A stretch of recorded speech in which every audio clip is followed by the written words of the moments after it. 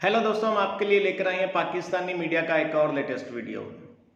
दोस्तों, पाकिस्तान के अमेरिका के साथ बिगड़े रिश्तों को लेकर पाकिस्तानी मीडिया काफ़ी चिंतित है और पाकिस्तानी मीडिया में ये चर्चा की जा रही है, ये कहा जा रहा है कि अगर पाकिस्तान अपनी भलाई चाहता है तो अमेरिका के साथ रिश्तों को सुधारना होगा। जिस टर्की के दम पर पाकिस्तान उछल रहा था, आज पाकिस्तानी मीडिया खुद ये मान रहा है कि अमेरिका ने टर्की को घुटनों पर ला दिया। टर्की की अर्थव्यवस्था तबाह हो चुकी है और टर्की की करेंसी पूरी तरह से डूब चुकी है और ये सब किया है अमेरिका ने। इसलिए अगर पाकिस्तान अपनी भलाई चाहता है तो अमेरिका के साथ पाकिस्तान को अपने रिश्तों को सुधारना होगा, वरना पाकिस्तान की हालत टर्की से भी ज़्यादा बदतर होगी। दोस्तों, इस मुद्दे पर हो रही चर्चा का ये वीडियो आखिर तक देखें और प्लीज़ हमारे चैनल को सब्सक्राइब करना ना भूलें। जय हिंद, जय भारत। आप जब तक आप वेस्ट के साथ अच्छे अंदाज के अंदर बात नहीं करोगे, उनके साथ दोबारा से ताल्लुकात रवाबित ठीक नहीं करोगे, वो आपका वो हाल करेंगे जो तुर्की का किया। तुर्की थी ना, बड़े अर्तुगल बने हुए थे ना, टेन अर्तुगल सल्तनत उस्मानिया वापस लाएंगे। अमेरिका वालों ने बेड़ा गर्क कर दिया टर्की का। टर्की को देख के खुश होते थे ना, हम टर्की के दोस्त बनेंगे, अर्दुआन के नारे लगाते थे, डिस्को डांस करते थे, अर्दुआन आ गया है, तैयब अर्दुआन हमारे लिए मिसाल है। यकीन करो, उन्होंने टर्की की मईशत को इतने ठुड्डे मारे, जूते मारे, बर्बाद कर दिया टर्की को। जो आप अर्तुगल बने हुए थे, पूरी कौम अर्तुगल बनी हुई थी, अपने कबीले कौमें छोड़ दी थी, सब काई कबीले के लौंडे बच्चे बन गए थे। Sorry, taken words back. बात यह कि सब बन गए, पागल हो रहे थे ना टर्की के पीछे। They have destroyed Turkey's economy. They have destroyed it. Why? Because absolutely not. Turkey was also absolutely not. तो उन्होंने फिर ऐसा बेड़ा गर्क किया टर्की का कि टर्की के लोग परेशान हो गए। उन्होंने हाथ जोड़ लिया हमारा, और यार इस्तेसाल ना करो, हमारा बेड़ा गर्क ना करो। टर्की के लीरा का उन्होंने बेड़ा गर्क कर दिया। क्यों? आप यार बेवजह महाज नहीं खोलें। क्यों आप ऐसी बिग पावर प्ले के अंदर पड़ रहे हैं?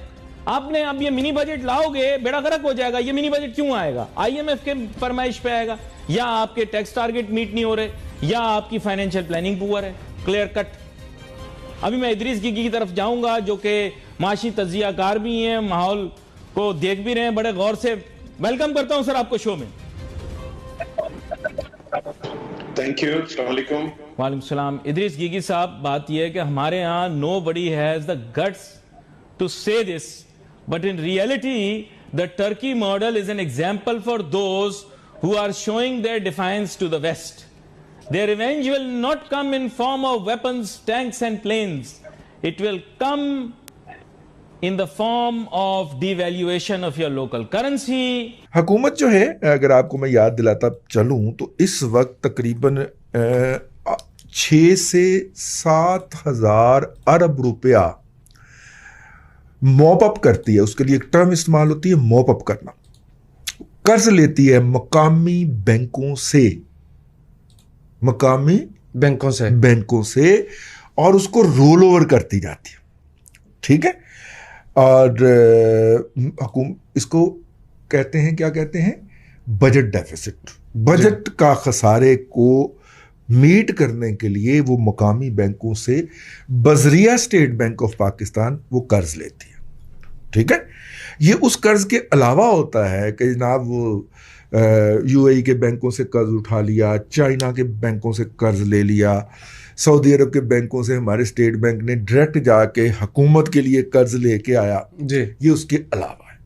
तो उससे मना कर दिया कि जनाब ये जो आप मकामी बैंकों से कर्ज लेते हैं और उसका कोई हिसाब नहीं, यानी हुकूमत पाकिस्तान की टोटल कलेक्शन जो है वो तकरीबन कोई 63,000 अरब रुपए का टारगेट है, और हुकूमत कहती है टारगेट पे जा रहा है। वैसे मेरा वज़ीर आज़म कहता है कि कौम चोर है, वो टैक्स नहीं देती जी। और FBR से खिताब, उसके ऊपर भी बात करेंगे कि एक तरफ ये नगल्ला जो है, मैं इसके बगैर रह नहीं सकता। एक तरफ नगल्ला कहता है कौम टैक्स नहीं देती, और उसी सांस में मुबारकबाद देता है कि FBR ने जो है वो टारगेट एक्सीड कर लिया, कि जितना टारगेट हमने रखा था उससे ज्यादा जमा किया। तो मामा टैक्स नहीं देंदी तो ये आके बनी गाला दे जिन्ना ने आके टैक्स देता है, अगर कौम टैक्स नहीं देती तो। अगरचे सारे माहिरीन पिट रहे हैं, बंगाली साहब से लेके और हफीज पाशा साहब तक, कि जनाब इतनी कमजोर इकॉनमी से आप इतना टैक्स निकालेंगे तो इकॉनमी कोलैप्स कर जाएगी। ये अपनी जगह पे, लेकिन फिर भी अगर टैक्स कौम नहीं देती तो कमामा की देंदा है। और टैक्स की शरह के अंदर आप इजाफा देखें। कल मैं गया एक जगह पे, बच्चे का ना डोमिसाइल बनवाना था, मैं कहा चल मैं भी साथ चलता हूँ हौसला अफजाई के लिए। काम सारा तुमने खुद करना है, मैं तेरे साथ हौसला अफजाई के लिए चलता हूँ। तो वहां पे जो डोमिसाइल पे 5 रुपए की टिकट लगा करती थी, वो पता कितने की होगी जी? 50 रुपए की। ठीक है, 10 गुना इजाफा किया है टैक्स की शरह के अंदर। यार हद है यार, छोड़ दिया। और कहते हैं कि जनाब FBR ने भी और पंजाब रेवेन्यू अथॉरिटी ने भी इतना टारगेट अचीव कर लिया। मामा जी, तो टैक्स की शरह के अंदर आपने इतना इजाफा कर दिया है। पहले लगता था उस पर 50 रुपए का एफिडेविट का स्टाम्प, अब 100 रुपए का करता। तो अगर आप इमरान खान के बयान का मुवाजना करें तो उन्होंने किसी भी तब्दीली के आने से साफ इनकार कर दिया और कह दिया कि वक्त लगेगा। भाई, मुझे कई दफ़ा इमरान खान की तकरीर सुन के लगता है कि मिडिल क्लास की इस्लामियात की किताब हर रोज़ कौम को सुनाना शुरू कर देते हैं। क्या इमरान खान को रियासत मदीना की अलिफ बे का भी पता है कि नहीं?